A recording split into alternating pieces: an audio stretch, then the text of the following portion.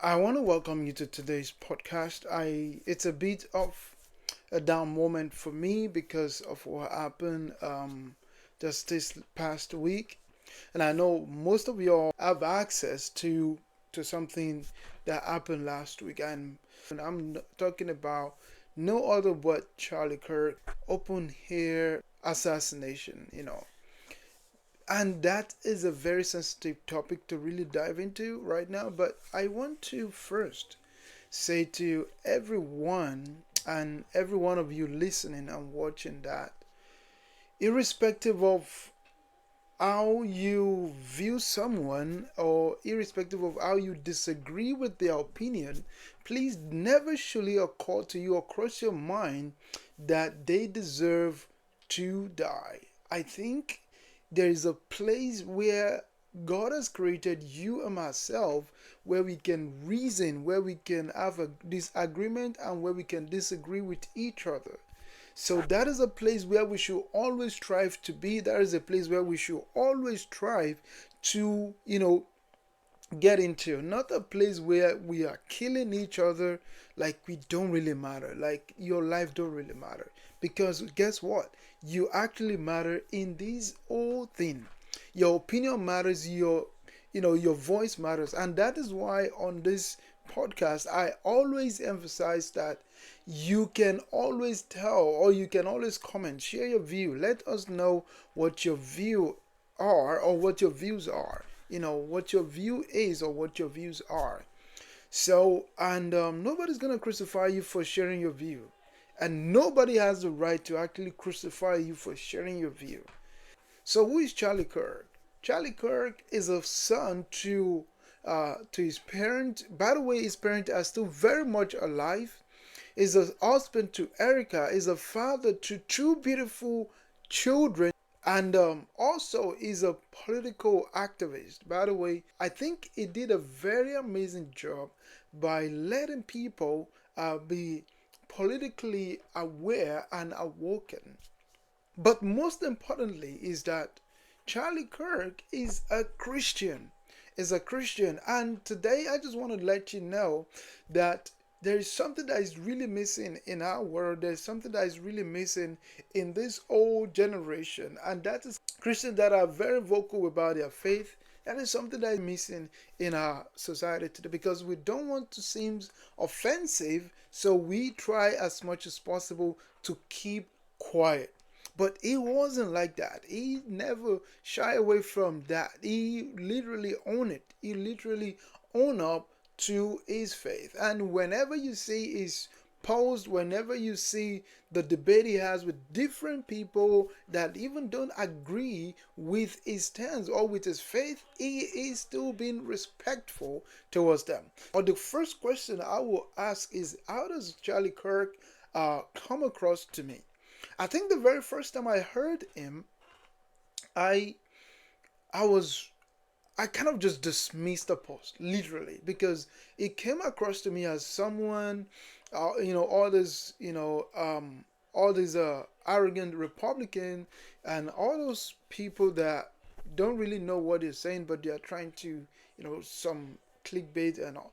It came across to me as that, number one. Number two, as also I was just looking at him like maybe he's just doing it because you want followership or for Trump's sake, or I thought about it that way until I began to listen to a lot of the debate he had with college students both in the United States, in the UK, and you see a lot of wisdom for someone that actually dropped out of school, that drop out of college. You can see a lot of wisdom. You can actually glean a lot of wisdom. And very recently, a mentor of mine, in the name of Alan Parr, he did a video on how to debate. And trust me, that video really shows me another angle to Charlie Kirk because it let me know that stay focused on things that you want to actually debate about, not just on all the things they are trying to put across to you, because that is just a distraction, and they want to distract you from the main point. It's really amazing to see. So I was thinking that this guy was just some crazy Republican trying to get some votes for Trump, which was true. Let's be sincere with ourselves. He's gonna get tired at some point. But then I got interested, because then I got to know that he's the chairman of Turning Point USA, and that really interests me. And I got to see that he's debating college student with no college degree. He himself doesn't have any college degree, so it kind of just resonates. So I'm just looking at him like, wow. So he's not trying to puff up, or he's not trying to prove like he's superior to you. He's just saying that, hey, bring your opinion. Let's present each other's opinion, and let's see how we can analyze each other. I've seen a lot of people that misinterpret what he is saying, because let's be sincere with ourselves. When you hear the word guns and all those things, the first thing that will come across to you, especially if you are on that spectrum, is that the gun must be banned. There was a particular video that's making a lot of rounds, where people take his words out of context and use it as if that is all that he said, and that is all that he really implies. And I try to even engage with someone on social media to say that, hey, this is not what it means, this is what it actually means. But they literally, because they want to project him as the bad guy, so you actually converse for guns, therefore you died of guns. So you actually say people should keep guns, and then you died of it as well. So they try to say that that is all that he said. But go ahead and listen to the full clips of whatever you have that is your claim. Go ahead and listen to it. What does it stand for?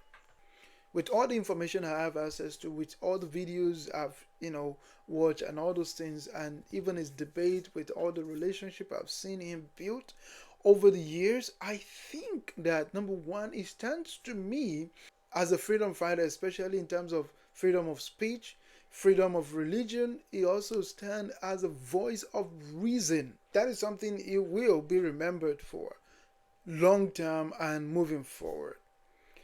So there's another thing where people say that he should be remembered on the same pedestal with the likes of Martin Luther King Jr.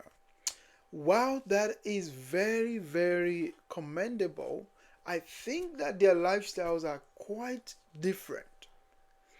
Not because it's white, and not because I'm looking for white approval.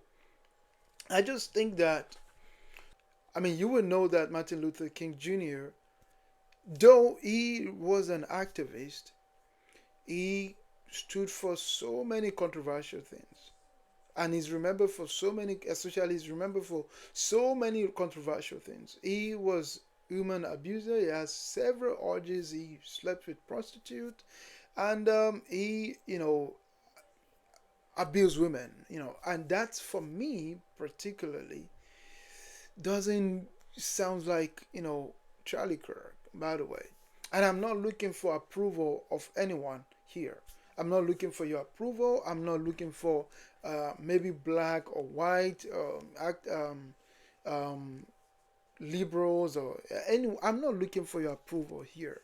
I'm just saying that he cannot be on the same pedestal as well until we have any other things to dispute whatever he has done or whatever he stood for. I think let's respect the fact that this guy did exceptionally well. By the way, he was just few weeks shy of being 32. So which is very, very young. How should we remember Charlie Kirk? I think that we should remember him as a freedom fighter, voice of reason. We should remember him for someone that called people back to their senses. The Bible says to us in Romans 1 verse 16 that for I am not ashamed of the gospel, for it is the power of God for salvation to everyone who believes, to the Jew first and also to the Gentiles. Now, what that means is this: Charlie Kirk was not afraid to say that he was a Christian. No, he wasn't afraid to say that. As a matter of fact, so many times that they ask him, "Are you a Christian?" He is first to tell them, "Yes, I am a Christian. Yes, my political view doesn't literally stem from a vacuum. It stems from my belief, and I can prove it from different angles. I can use science or anything to back it up." He is not afraid. But no, that is not even my point. That is not even where I'm going to. Where I'm going to is that it's not because he's not afraid, that's why we should celebrate him, but for the fact that he can defend his faith. The question to you here is this: can you defend your faith? Will you be able to say that, yes, I'm a Christian, and what I stood for, I can defend it with anything that you bring around or bring across to me? So thank you so much for tuning in, and thank you so much for joining me on the show today. Please don't forget to subscribe, and don't forget to leave your comment in the comment section. Please make sure that you share with your friends and let people know that this is a hub, or this is a place where that is meant for you. Until next time, stay blessed.